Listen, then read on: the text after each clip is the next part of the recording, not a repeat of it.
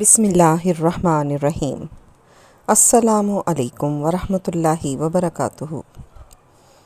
اسلام آباد میں مقیم تجزیہ نگار اور مصنف آصف محمود کو انٹرنیشنل اسلامک یونیورسٹی کے دوران طالب علمی کے ریکٹر ملک معراج خالد کے ساتھ ملاقات کا منظر اور احوال ابھی تک یاد ہے۔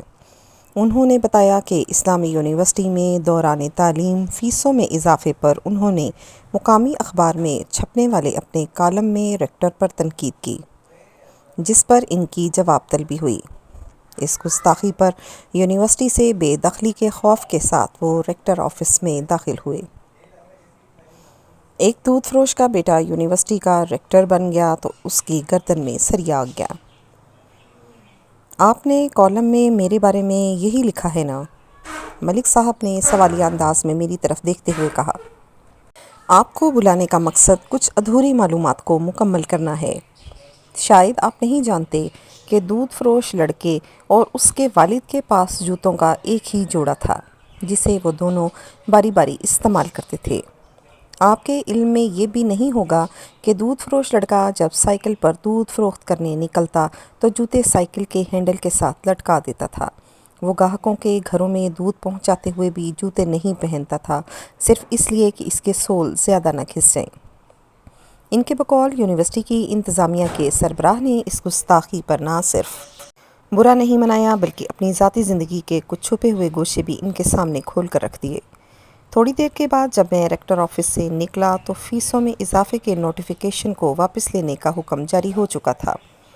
ملک معراج خالد نے دودھ فروشی سے وزارت عظمیٰ کی کرسی تک کا سفر کیسے طے کیا، بظاہر افسانہ محسوس ہونے والا یہ تذکرہ ہماری سماجی اور سیاسی زندگی کی روشن اور جیتی جاگتی حقیقت ہے۔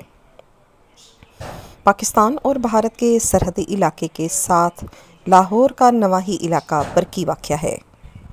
ایک غریب کسان خاندان میں 1914 میں ملک معراج خالد کا جنم ہوا۔ ان کے بقول گھر میں غربت کا یہ عالم تھا کہ گھر والوں اور مویشیوں کو ایک ہی کمرے میں رہنا پڑتا تھا۔ لڑکپن سے والد کے ساتھ دودھ بیچنے کا کام کیا۔ صبح سائیکل پر دودھ لاد کر شہر کا رخ کرتے، دودھ پہنچا کر مسجد میں جا کر کپڑے بدلتے اور اسکول کی راہ لیتے۔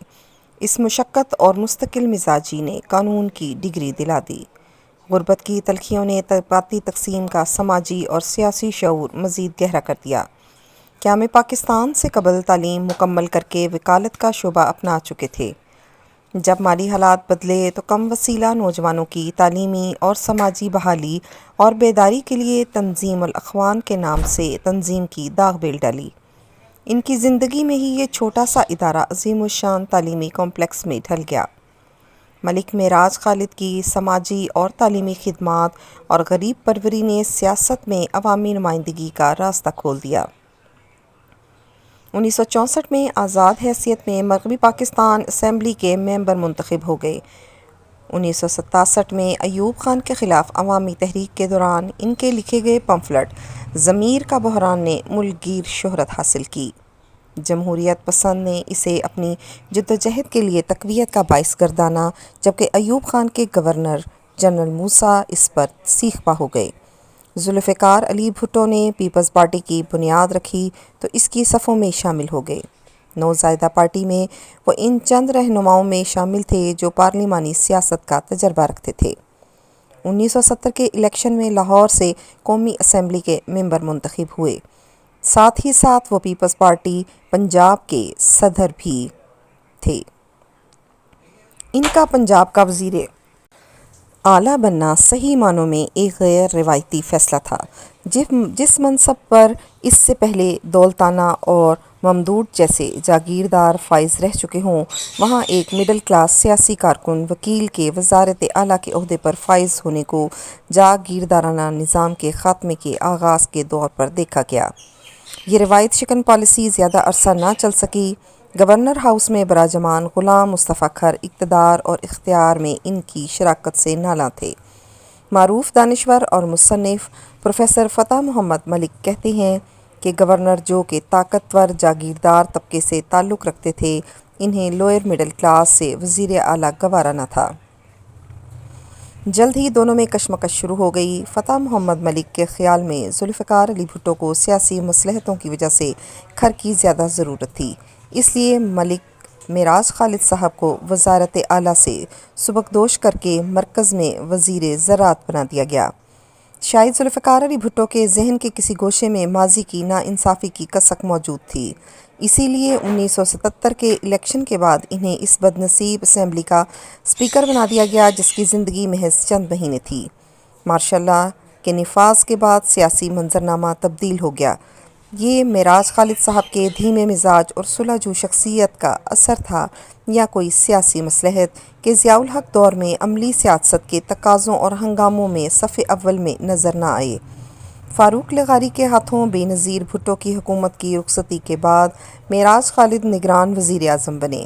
ملک معراج خالد نے 1996 میں بطور نگران وزیر اعظم حلف اٹھایا۔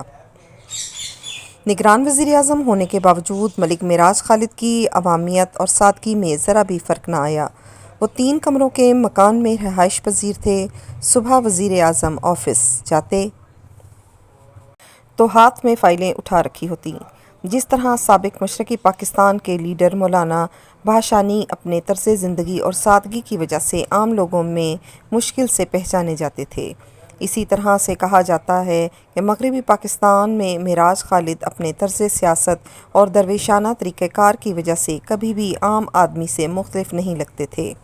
1996 میں ان کی نگران حکومت میں وزیر کی حیثیت والے ارشاد احمد حقانی نے ان کے حوالے سے لکھا تھا کہ انہوں نے نگران کابینہ کی پہلی ہی میٹنگ میں وزراء کی تنخواہیں نصف کر دیں۔ وی آئی پی کلچر کے خاتمے کے لیے ایئرپورٹ پر وی آئی پی لاؤنج ختم کر دیے گئے۔ ملک صاحب بہت مناسب اور اچھے عہدوں پر رہے، لیکن پھر بھی دولت جمع کرنے کی علت سے دور رہے۔ آبائی گھر میں اسکول بنا کر اسے تعلیم کے لیے وقف کر دیا۔ خود مال روڈ لاہور کے لکشمی مینشن میں رہائش پذیر تھے۔ ان کا فلیٹ علمی اور فکری محافل اور اہل دانش کا مرکز ہوتا تھا۔ جب وہ یہاں سے دوسری رہائش گاہ میں منتقل ہوئے تو اسے بھی تعلیمی مقاصد کے لیے وقف کر دیا۔ معروف شاعر امجد اسلام امجد ان کے حوالے سے ایک واقعے کے راوی ہیں، جس سے پتہ چلتا ہے کہ انہیں طبقہ اشرافیہ کے انداز و ترجیحات سے کوئی لگاؤ نہ تھا۔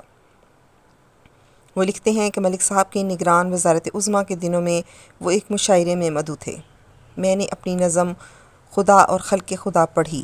ان کے بقول مشاعرے کے آخر میں وہ ان کے پاس آئے اور کہا، آپ کا پیغام مجھ تک پہنچ گیا ہے، آپ تسلی رکھیے، نہ میں راج محل کا آدمی ہوں اور نہ میرا اس سے کچھ لینا دینا ہے۔ جب سیاست سے دور ہوئے تو سماجی تبدیلی کے لیے اور تعلیمی خدمات کے لیے اپنے میدان کو چن لیا۔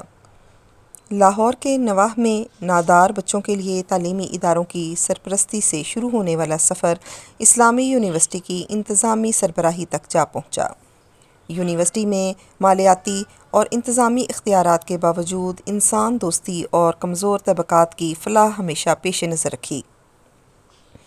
وہ یونیورسٹی انتظامیہ کے سربراہ تھے، مگر اس کے ساتھ ہی ملازمین کی یونین کی سرپرستی بھی قبول کی۔ حالانکہ انتظامیہ اور یونین کے درمیان مفادات کے ٹکراؤ سے تعلقات کبھی خوشگوار نہیں ہوتے۔ آصف محمود بتاتے ہیں کہ نچلے طبقے کے ملازمین کی مدد اور فائدے کے لیے ہمہ وقت موجود رہتے تھے۔ یہی وجہ ہے کہ جب یونیورسٹی سے رخصت ہوئے تو بہت سے افراد رو رہے تھے۔ ایسی الوداعی تقریب شاید ہی کسی کو نصیب ہوئی ہو۔ ہمدردی اور انسان دوستی کا جذبہ صرف عام لوگوں تک محدود نہ تھا۔ ان کے سیاسی مخالفین اور حریفوں کے لیے دل کی کشادگی اور اعلیٰ ظرفی کا اندازہ پروفیسر فتح محمد ملک کے بیان کردہ واقعے سے بخوبی لگایا جا سکتا ہے۔ ان کے مطابق وزارت اعلیٰ کے دور میں ان کے علم میں آیا کہ پنجاب کے مشہور سیاستدان چودھری ظہور الہی کی بیٹی کو گورنر کی ایما پر لاہور کالج فار وومن داخلہ دینے سے گریزاں ہے۔ ملک معراج خالد نے پرنسپل کو طلب کیا اور یہ جان کر چودھری صاحب کی بیٹی داخلے کی اہل ہے، گورنر کی ناراضگی کی پرواہ نہ کرتے ہوئے پرنسپل کو داخلہ دینے کا حکم دیا۔ 3 دفعہ قومی اسمبلی کی رکنیت اور وزارت عظمیٰ اور وزارت اعلیٰ کے مناصب کے باوجود سرکاری امارات، سہولیات، تعیشات سے اپنے آپ کو دور رکھا۔ ایک عام آدمی کی حیثیت سے سیاسی زندگی کا آغاز کیا۔ عروج کے دور میں بھی زندگی کے رنگ ڈھنگ میں عوامی ڈھنگ غالب رہا۔ اسی سبب رائج الوقت سیاست کے لیے مسفٹ ہو گئے۔ بقول آصف محمود وہ کہا کرتے تھے کہ اب اگر میں انتخابات میں حصہ لوں تو ضمانت ضبط کروا بیٹھوں گا۔ 13 جون 2003 کو وقت رخصت معراج خالد نے مال و متاع کے بجائے اصول پسندی اور علم پروری کا ورثہ اپنے پیچھے چھوڑا۔ اگر آپ کو میری آج کی ویڈیو پسند آئی تو مجھے ضرور کمنٹ کیجیے گا۔ دعاؤں میں یاد رکھیے گا۔ السلام علیکم ورحمۃ اللہ وبرکاتہ۔